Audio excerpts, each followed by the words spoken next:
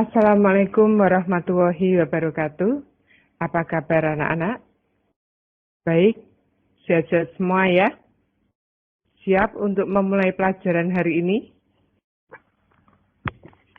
Baik, kita akan memulai pelajaran pada hari ini dengan menggunakan model mind mapping. Apa itu model mind mapping? Tentunya kalian semua heran mendengarnya. Tetapi dengan kita mempelajari apa yang itu disebut mind mapping, maka kalian akan mengerti dan akan memahaminya. Begitu, mari kita bahas mind mapping satu demi satu. Oke? Ini kita mulai. Marilah kita berdoa terlebih dahulu. Yuk kita mulai. Berdoa mulai. Bismillahirrahmanirrahim. Selesai. Anak-anak, sebelum pembelajaran ini dibuka Bu Erna mengingatkan nanti kalian jangan lupa untuk menulis presensi. Karena presensi itu sangat penting tentang kehadiran kalian. Jadi dengan mengisi presensi, kehadiran kalian akan sangat penting untuk penilaian.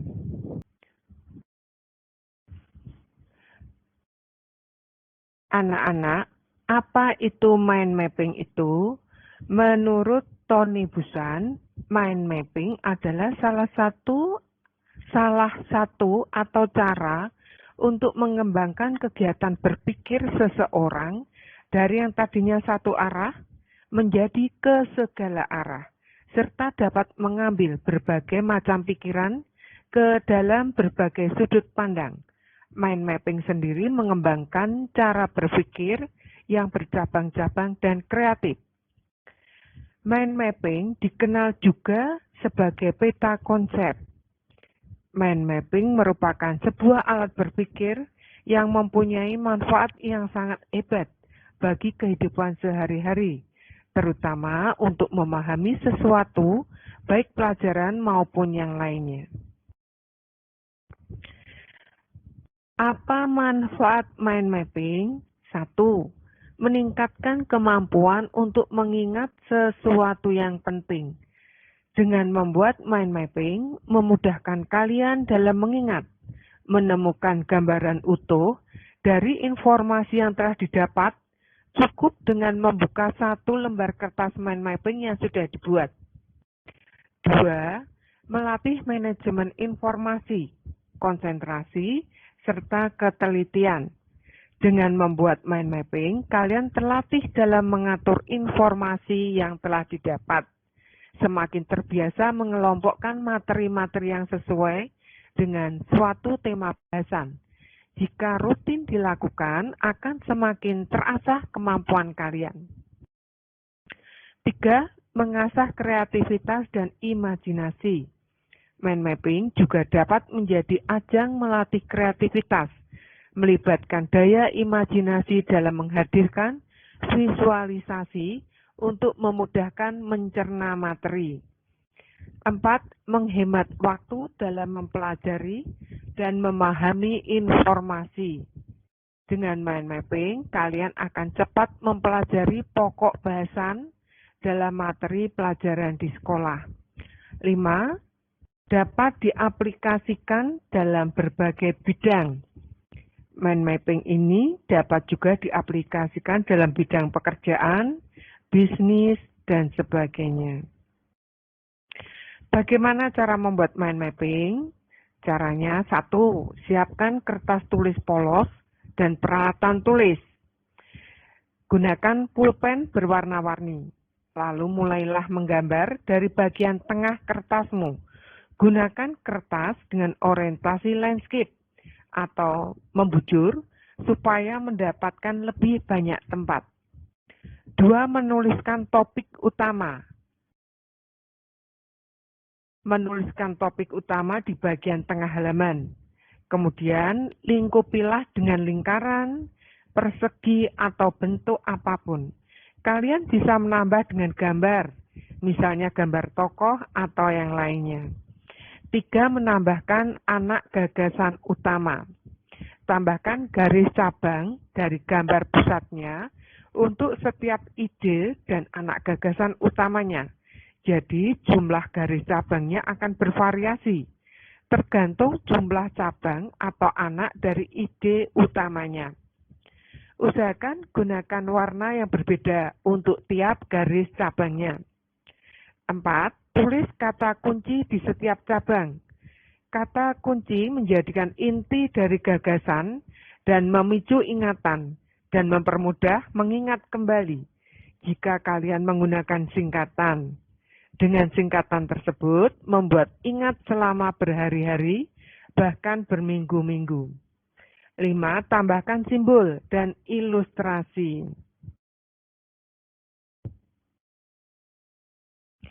Begini, contoh membuat mind mapping. Misalnya, dengan tema bentuk globalisasi.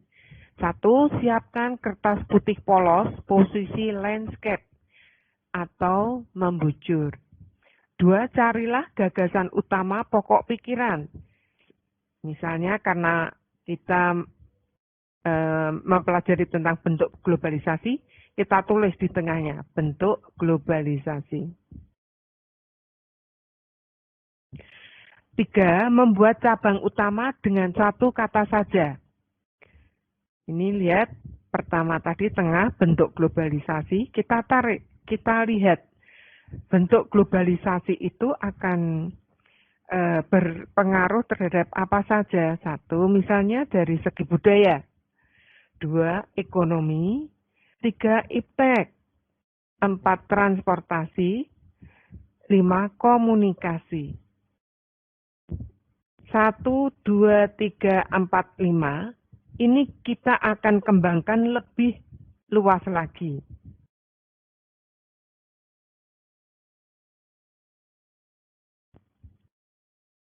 Empat, tambahkan perincian cabang-cabang. Ini tadi kita hanya 5, 1, 2, 3, 4, 5, sudah berkembang. Ini kita menulis atau mencari contohnya terlebih dahulu. Dari sisi budaya, contohnya yaitu tersingkirnya kebudayaan nasional. Contoh yang lain, pengaruh mode-mode dari luar negeri. Kita lihat dari sisi ekonomi, contohnya munculnya pasar bebas. Dari sisi iptek, contohnya kemudahan mendapat berita terbaru. Dari sisi transportasi, contohnya munculnya transportasi. Misalnya transportasi online, boleh Gojek atau Grab, atau nanti kita tambah lagi, kita kembangkan lagi, transportasi apa yang lainnya. Dari sisi komunikasi, kita mencari contoh, yaitu munculnya internet. Kita kembangkan lagi, coba. Ya, ini lihat.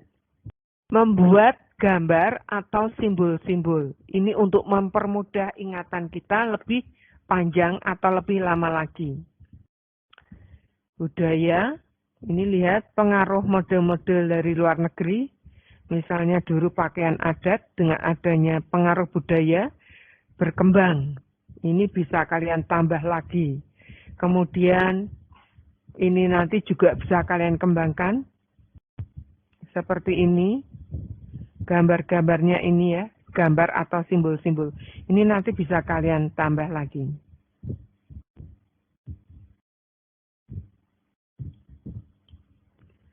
Yang nomor 5 ini mind mapping secara lengkap.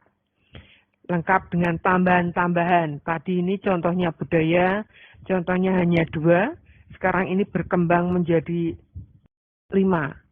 Ini terjadinya pertukaran budaya, kemudian tersingkirnya kebudayaan nasional, kemudian ada meningkatnya integrasi. Kemudian dari sisi ekonomi, ini semakin berkembang banyak sekali contoh-contohnya. Kita lihat ini adanya munculnya pasar bebas, transaksi jual beli online, terciptanya EFTA, NAFTA, dan lainnya, serta ini. Kalian bisa membaca sendiri ini. Ya, ini bisa kalian perhatikan. Nantinya kalian juga pasti akan bisa membuat seperti ini. Dengan melihat contoh yang Bu Erna tampilkan ini, kalian pasti akan bisa membuat. Tentunya juga dibantu dengan bantuan buku atau dengan Google, kalian nanti akan bisa membuat model mind mapping yang kalian inginkan untuk mempermudah ingatan kalian. Karena hanya dengan membuka selembar kertas saja, kalian akan bisa menemukan tentang apa yang kalian inginkan setelah dengan membuat model mind mapping ini. Nah, selesai. Kemudian, ini ada salah satu mind mapping yang lain. Ini adalah tentang biografi seorang tokoh. Kebetulan yang ditampilkan Bu Erna ini adalah tokoh Presiden SBY yang pernah menjadi presiden di Indonesia. Ya, ini tokoh dari biografi dari beliau tentang masalah pribadi, keluarga, karir birokrasinya, kemudian karir militer, tentang penugasannya, tentang karyanya, serta tentang keluarga dan pendidikannya. Dengan seperti contoh ini, harapan Bu Erna kalian nantinya juga bisa membuat mind mapping yang diharapkan Bu Erna.